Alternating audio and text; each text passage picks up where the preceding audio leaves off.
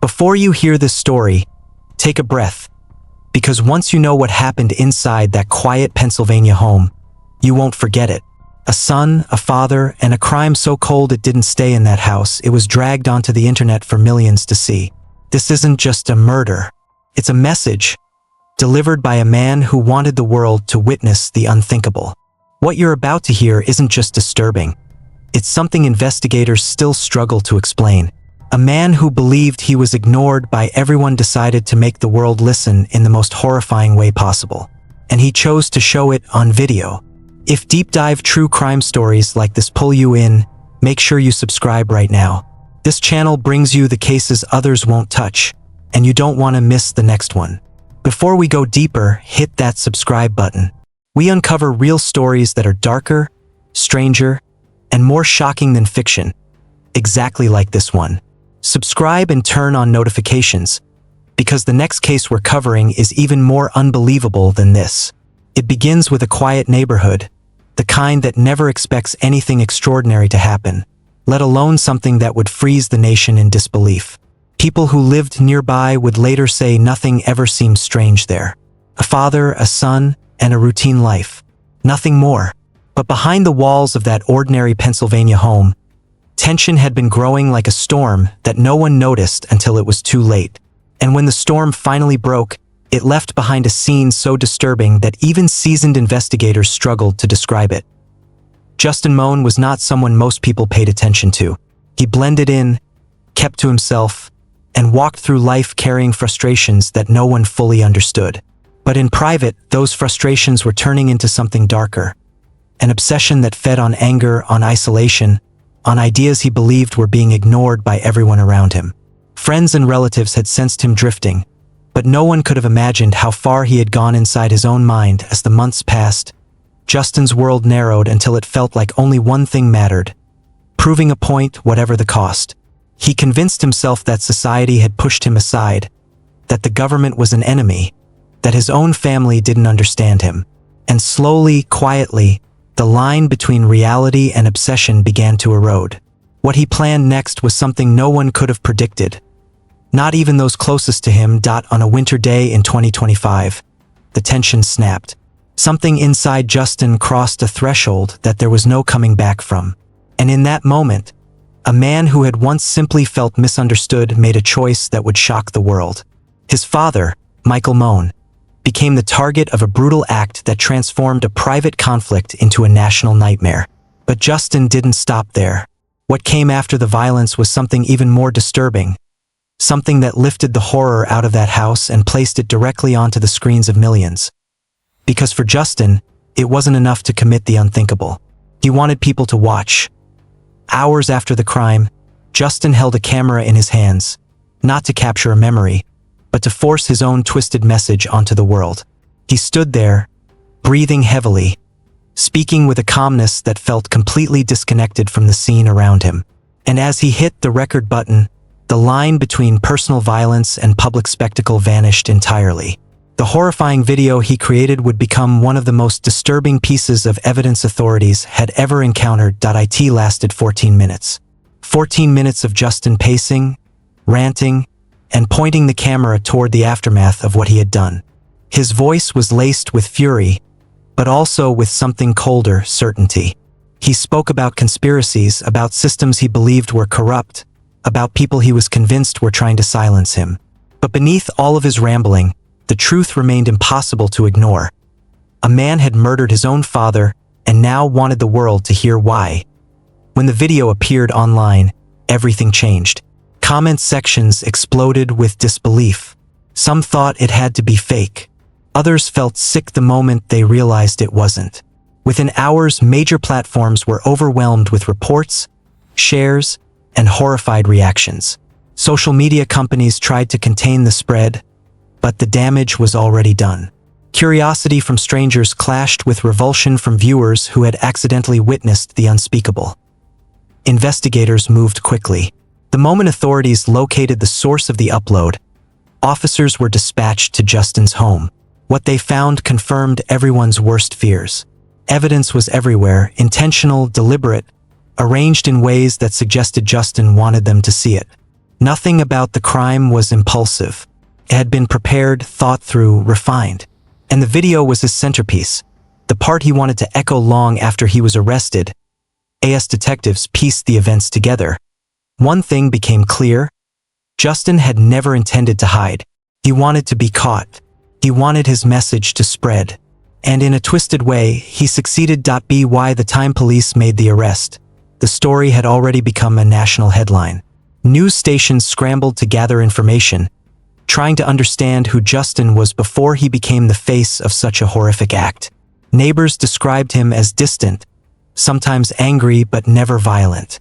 Others recalled brief conversations that hinted at bitterness, at a disconnect from the world around him. But no one saw this coming. Not the extent of his rage, not the decision to broadcast it, and certainly not the cold calmness he displayed after the fact. Inside the interrogation room, detectives watched Justin closely. His expression didn't match the gravity of the situation. There was no panic, no remorse, no confusion. Instead, he looked almost relieved, as if the act he committed had completed something he'd been building toward for years. He answered some questions, ignored others, and frequently drifted into monologues about government corruption and personal betrayal. His words rarely matched the questions asked, making it difficult to distinguish delusions from deliberate defiance. For investigators, the hardest part wasn't simply understanding the crime, it was understanding the mindset behind it. Why record it? Why post it? Why turn murder into a public spectacle instead of hiding it, fleeing, or trying to excuse it? They began examining his digital footprint, searching for clues that might reveal how long he'd been planning the attack. What they found was chilling. Old recordings, rants, notes, drafts of messages he never posted. Patterns of thought that showed an escalating obsession far more dangerous than anyone realized. Meanwhile, the public was grappling with a different kind of shock. A video like this wasn't just another crime caught on camera. It was an intentional display of violence meant to provoke a reaction, to force its way into the global conversation. Parents worried about their children stumbling across it. Mental health experts debated what could push a person to murder a family member and then share the aftermath online. Broadcasters debated whether airing details was responsible or exploitative. The video blurred the boundary between reality and spectacle in a way society wasn't prepared for. It didn't just show a crime, it raised questions about the world that allowed it to spread so quickly, the platforms that hosted it, and the minds that watched it. As the investigation deepened, a clearer picture emerged. One that painted Justin not as someone who suddenly snapped, but as someone who had been spiraling quietly and methodically. Detectives uncovered months of preparations. Unusual purchases, carefully written plans, and disturbing notes describing exactly what he intended to do and why. At one point, investigators even found drafts of what appeared to be potential scripts for the video, suggesting Justin had rehearsed the message he wanted to deliver to the world. The deeper authorities went, the more they realized that this wasn't an explosion of sudden rage. It was a calculated mission, shaped by paranoia and resentment. He had recorded other videos before.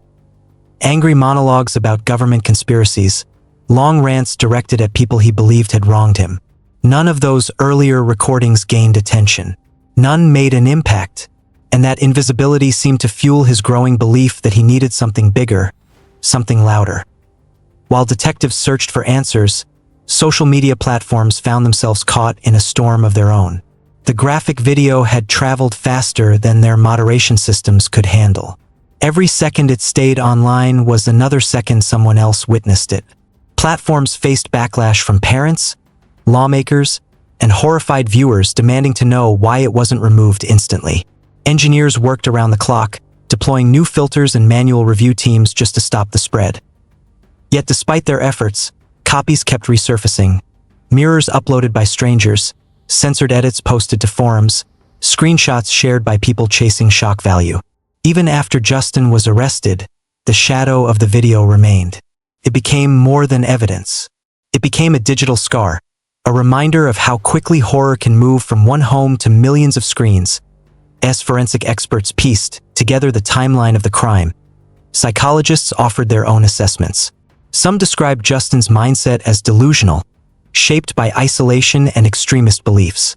Others argued he knew exactly what he was doing, that the video was his attempt to gain the attention he felt the world had denied him. The debate only intensified as new details emerged, each more unsettling than the last. But for investigators, the purpose behind the crime mattered far less than the tragedy itself. Father was dead. A son had destroyed his own future, and a nation was left trying to make sense of a crime that never should have happened. The courtroom atmosphere in Justin Mohn's trial was thick with tension. Reporters filled every seat, cameras waited outside, and the public followed every update with a morbid fascination. The prosecution opened with a stark statement. This was a cold, calculated act of murder, captured, narrated, and then broadcast for the world to see. They didn't have to speculate about what happened. The video explained everything. Jurors watched portions of the footage in silence. Some looked away. Others clenched their hands, trying to steady themselves. The brutality of the crime was disturbing enough, but Justin's calmness in the recording, his steady voice, his certainty, made it even harder to process. It didn't feel like watching someone lose control. It felt like watching someone carry out a mission they believed was justified. The defense focused on Justin's mental state, arguing that he had been consumed by paranoia and distorted beliefs. They described years of isolation, growing anger, and the disconnection that pulled him away from reality. But the prosecution countered with evidence of preparation. The planning, the notes, the rehearsals, the intentional posting. This wasn't impulsive. It wasn't confusion. It was design. Witnesses testified about the relationship between Justin and his father.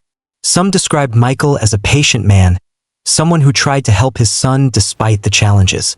Others recalled tension, arguments, moments of frustration. The contrast between these memories and the brutality of the crime painted a deeply tragic picture. A family unraveling, one thread at a time, until nothing remained. Throughout the trial, Justin rarely reacted. He listened, sometimes expressionless, sometimes focused, as though the proceedings were happening to someone else. And when he did speak, it was brief, cryptic, and filled with the same rhetoric that had appeared in his video. After days of testimony, expert analysis, and emotional statements from family members, the jury delivered its verdict: guilty of first-degree murder. Justin was sentenced to life in prison without the possibility of parole.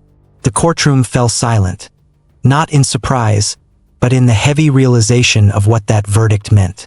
A life had been taken, another was effectively over, and the consequences of that single act would echo far beyond the prison walls. Even after the sentencing, the story of Justin Mohn refused to fade. It lingered in conversations, in online debates, in the collective memory of a society still grappling with what it had witnessed. People kept asking the same questions. How does someone reach a point where killing a parent becomes a message? How does a private tragedy become a viral spectacle in minutes? And what responsibility does the digital world bear in amplifying horrors it was never designed to handle? Families across the country talked about the dangers of isolation, the warning signs of obsession, the fragile line between frustration and violence.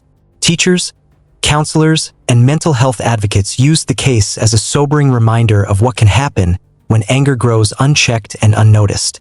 But beneath all the analysis and commentary, one truth remained. No amount of discussion could undo what had happened inside that house. Michael Mohn became more than a victim in a news story. He became a symbol of a tragedy that struck at the heart of what people fear most. The idea that danger doesn't always come from strangers, and that the darkest acts can take place behind the doors we trust most. Justin, on the other hand, became an example of how far obsession can evolve when left unchallenged. His case became a warning, a modern tragedy amplified by the digital age. The video he posted, the act that transformed a personal crime into a national horror, remains one of the most disturbing reminders of the world we now live in. A world where a single upload can travel farther than anyone ever intended. Where violence can be packaged, shared, and consumed before anyone has time to stop it. A world where crimes no longer unfold in silence, but in front of millions of unprepared eyes. And yet, even after all the discussions, investigations, and legal battles, one lesson cuts through the noise. tragedies like this don't begin with the crime itself.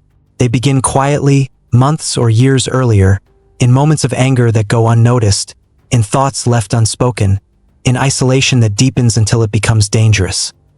The story of Justin Mohn isn't just the story of a murder. It's a warning about what can grow in silence. If you want more true crime stories unraveled with this level of depth and intensity, make sure to subscribe and stay with us. There are many more stories to uncover, and some of them are even darker than this one.